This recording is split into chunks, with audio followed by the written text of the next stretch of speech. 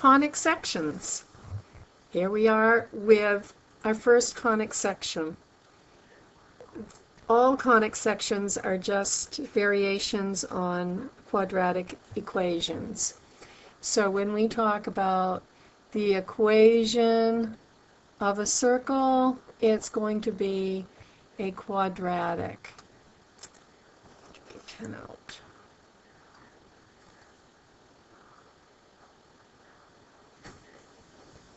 Quadratic.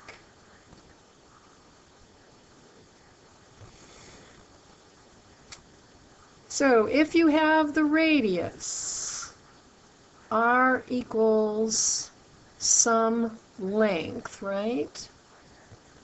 And you have the center, which is going to be located on a coordinate plane. You've got some value here for your x-coordinate of the center and another value here for your y. Then you can actually figure out what is the equation of the circle. And if you have the equation of the circle, you can read it, and we'll work on how to format your equation so that will be easy. You can read it so that you know what the radius is and you know what the point coordinates are of the center. You are going to find that that technique we learned earlier this year, completing the square. Do you remember that? If we had, let's say, x squared plus 4x. If we want to complete the square, we need to figure out what we're going to add here to get a perfect square trinomial. Now here we're talking, of course, about a quadratic. So you've got a squared term, a linear term, and a constant. So what would this constant be? We took half of whatever was the coefficient of our linear term, and then we squared it. So in this case, it would be 2 squared, or 4. The whole reason we are so enamored of these perfect square trinomials is that when we factor them, we get this lovely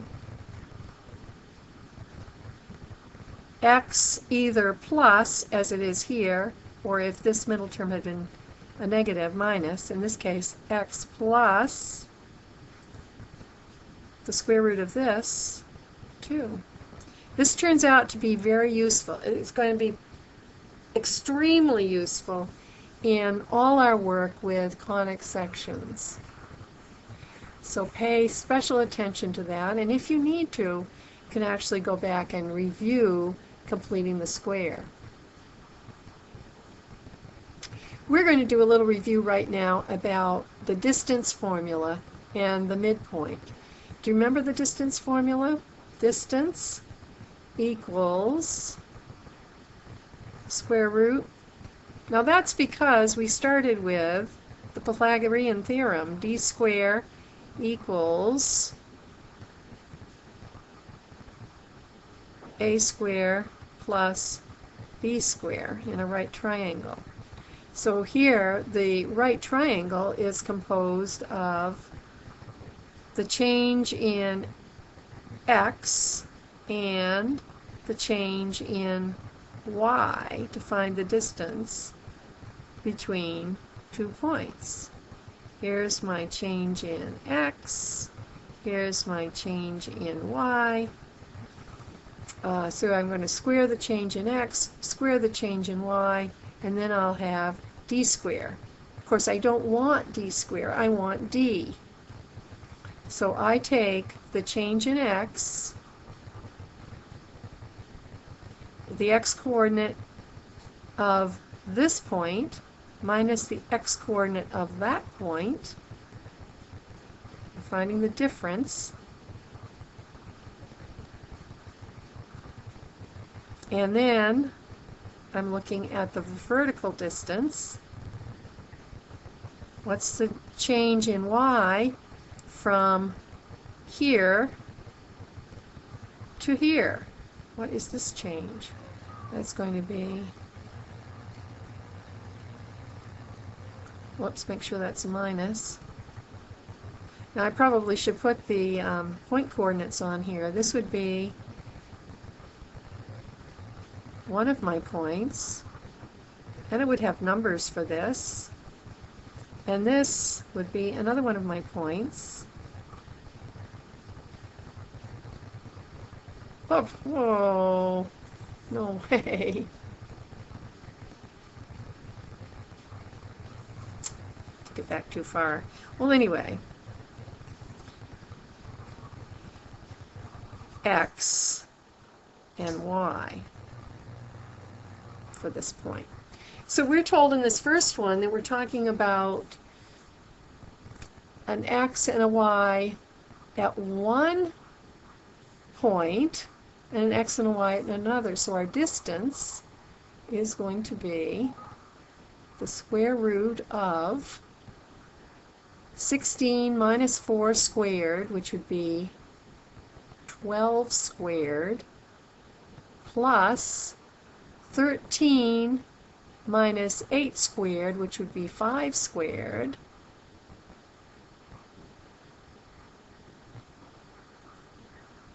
so I've got a distance which is the square root of 144 plus 25. Get your calculator out.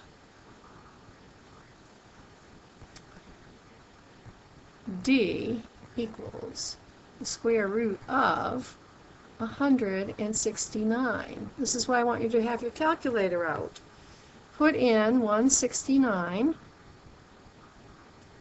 raised to the power of 1 divided by the root 2. That'll give you the square root of 169, and you find out that the distance is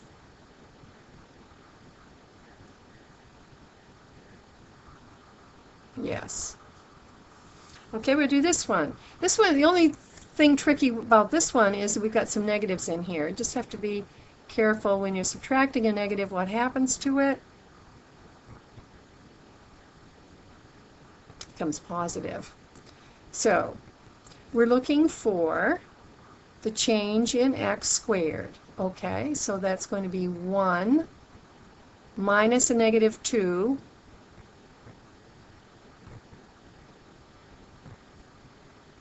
plus negative 1 minus 3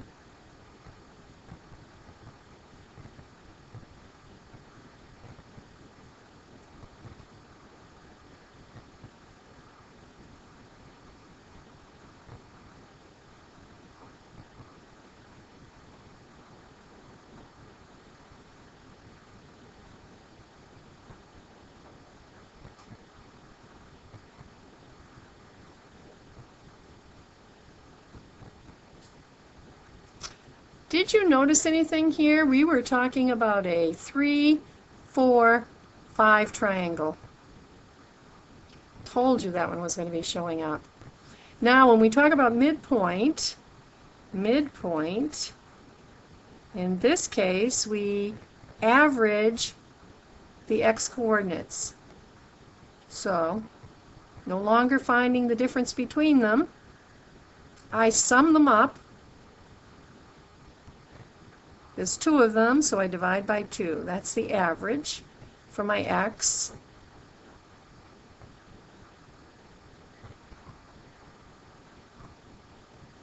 Sum them up, divide by 2.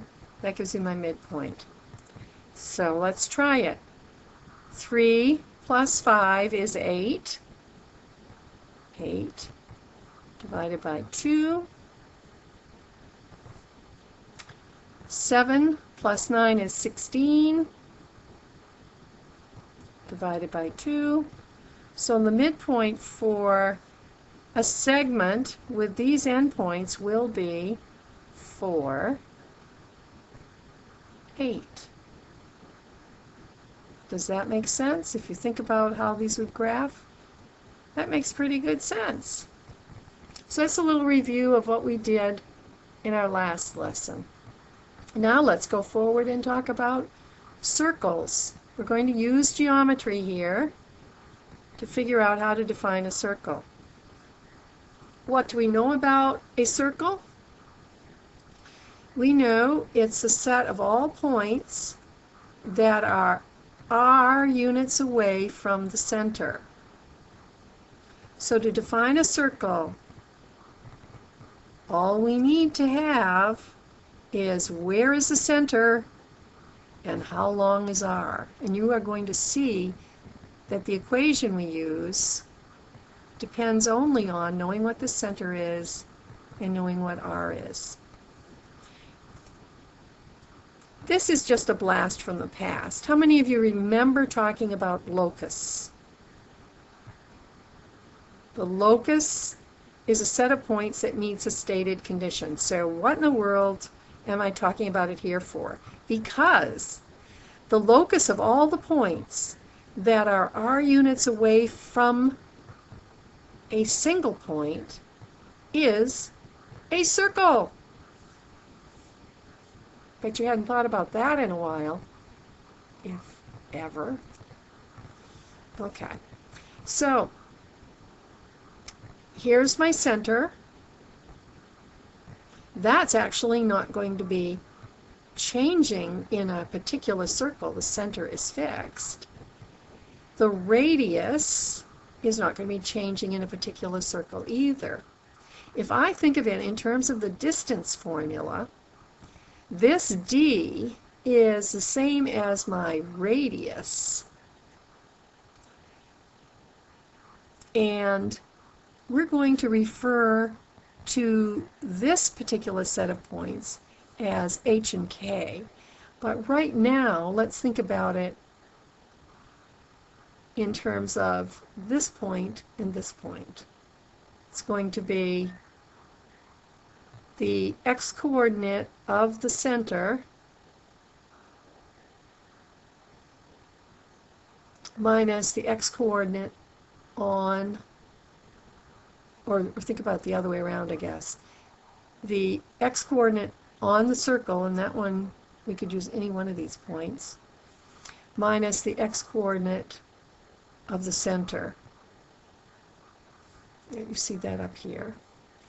And then the y piece, the y-coordinate on the circle minus the y-coordinate of the center. Well, there's nothing too dramatic there, I guess. Let's go ahead and we're going to recognize that when we talk about a specific circle, h and k are going to have numbers that stay fixed. And r, the radius, is going to be a specific number as well. When we pop all of this into our distance formula, we have x, which is any point on the circle, could be any one of these points, and it will still be true, minus the point coordinate of my circle, the x coordinate of my circle, and now we're going to talk about y, the y coordinate on the circle minus the y coordinate, which we call k, of the center. Remember h and k, horizontal,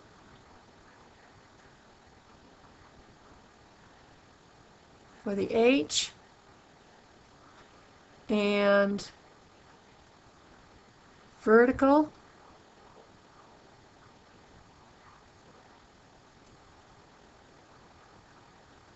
for the k.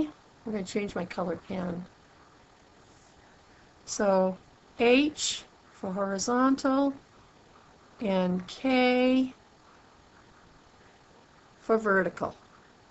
I know it's a stretch. I'm just trying to do something to help us remember. So the general equation of a circle always looks like this. Of course, this is a quadratic. We said we were going to talk about quadratics. What's different here is that I'm squaring x and I'm squaring y. This is new for us. And of course, I've got r squared. So, general equation of a circle, write this down. Pause this video, put this in your notes. You're going to be using this again and again.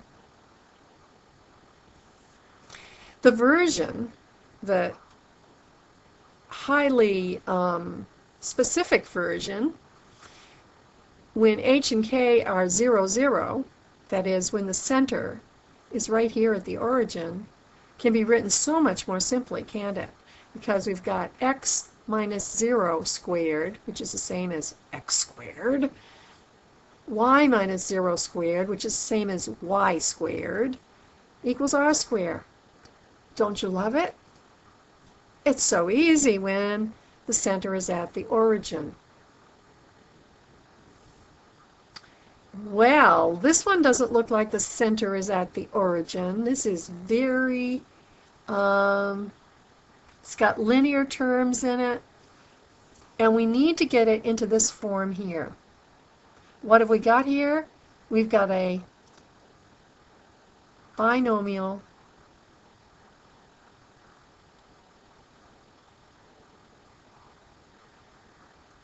squared.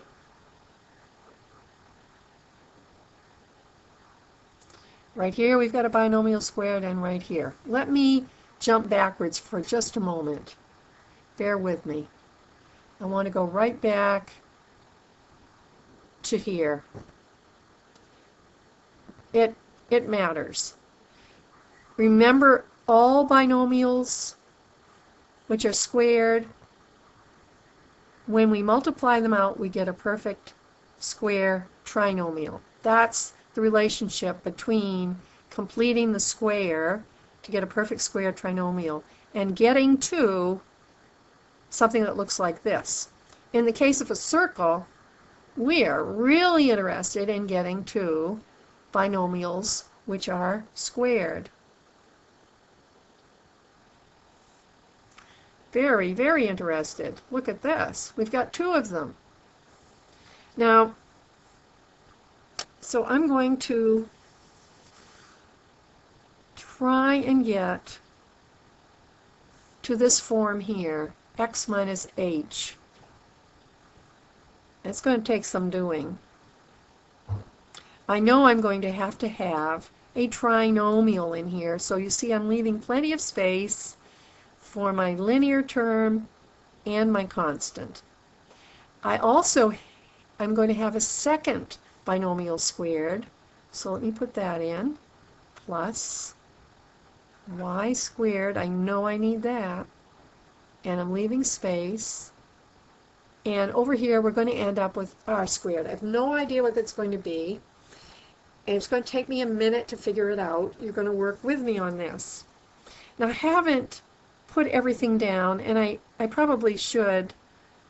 Until I know what that is, I'm going to put that 13 down. I can't just throw these things away. So I've taken care of this, taken care of this, and I've taken care of this. I have linear terms. We can see where they should go. My x linear term obviously belongs here. My y linear term obviously belongs here. Now what am I going to do? You know it. I am going to complete these squares so that I have two trinomials. Once I have two perfect square trinomials, I can convert them into binomial square. How do we do this? We take half of whatever this coefficient is of our linear term, and we square it. Half of negative, let's do it up here. Half of negative 10 equals negative 5. And what do we do with that? We square it. When I square a negative, it comes out positive. You will see always, every time, in every circumstance, a perfect square trinomial, this constant here is always added, because if I have a negative, it gets negative times a negative. So I'm going to be adding 25. Oh no! I am so out of balance now. If I were looking at a balance, looks like that. I just added 25 on this side, and I didn't add anything over here. We need to get that back in balance, and we need to do it quickly.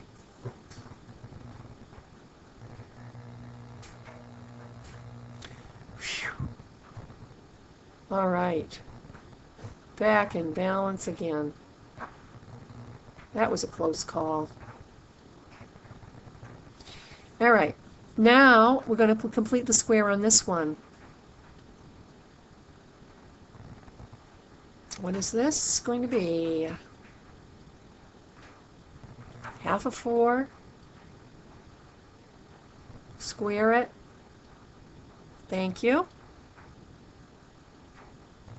No! We're out of balance again. I just added 4 on this side, and I didn't do anything on the other side. Help! Thank you. Ugh. It's like that every time. It really is. So that is something to really watch out for. Dangerous. So dangerous. All right, so I still have an equation which is true. It's in balance.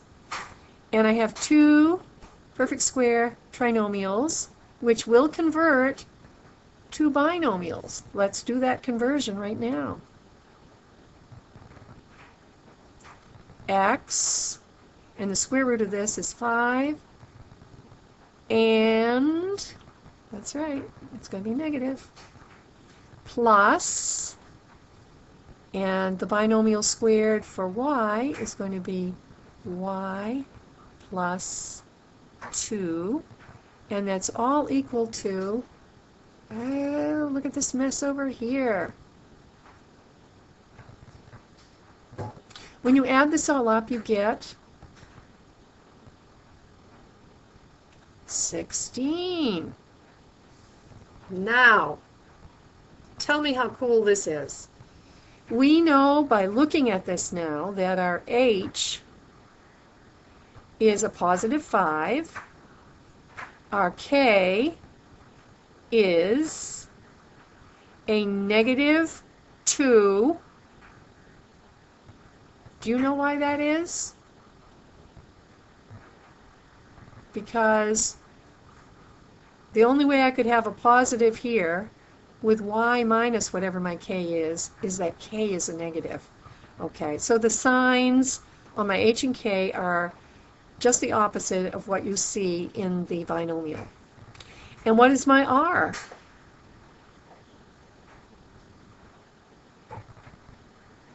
It's not 16, right? R squared is 16. So this particular way of writing an equation for a circle reveals a lot of information about this circle. All right. So let's try sketching it. If my h is, now, before we go too far, my center is hk and my radius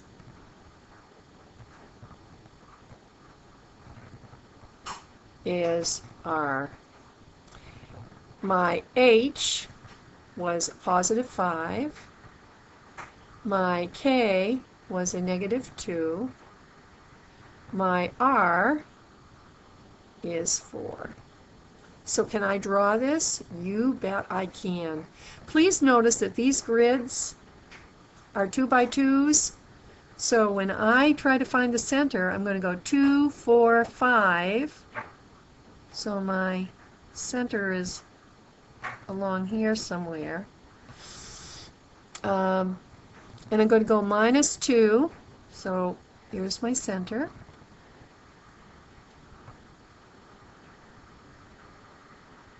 Nice big dot. And my radius is 4, so I'm going to go 1, 2, 3, 4. And notice this and use this when you're sketching. Find your center and then go east, west, north, and south. You get those 4 points and you can pretty well approximate a circle. So I went east 4, now I'm going to go west 4, and I'll go north 4 and south 4. Now I've got 3 points. I should have drawn those as points. Oh, what an awful looking circle. Is that any better? Oh, well, you get the idea anyway. That's the graph of this circle. I don't know what I'm supposed to do with this. And keep going. Oh, we're already at the end. Very sweet. This is just a summary of everything we have done. The only thing that's new here is this quadratic relation equation. Whenever the coefficient of x squared and the coefficient of y squared are equal to each other, and you have nothing here because b is 0, you're talking about a circle. See these other items here? We will fit them into a circle as long as this coefficient and this coefficient are exactly the same and there is no xy term. We'll see you in class.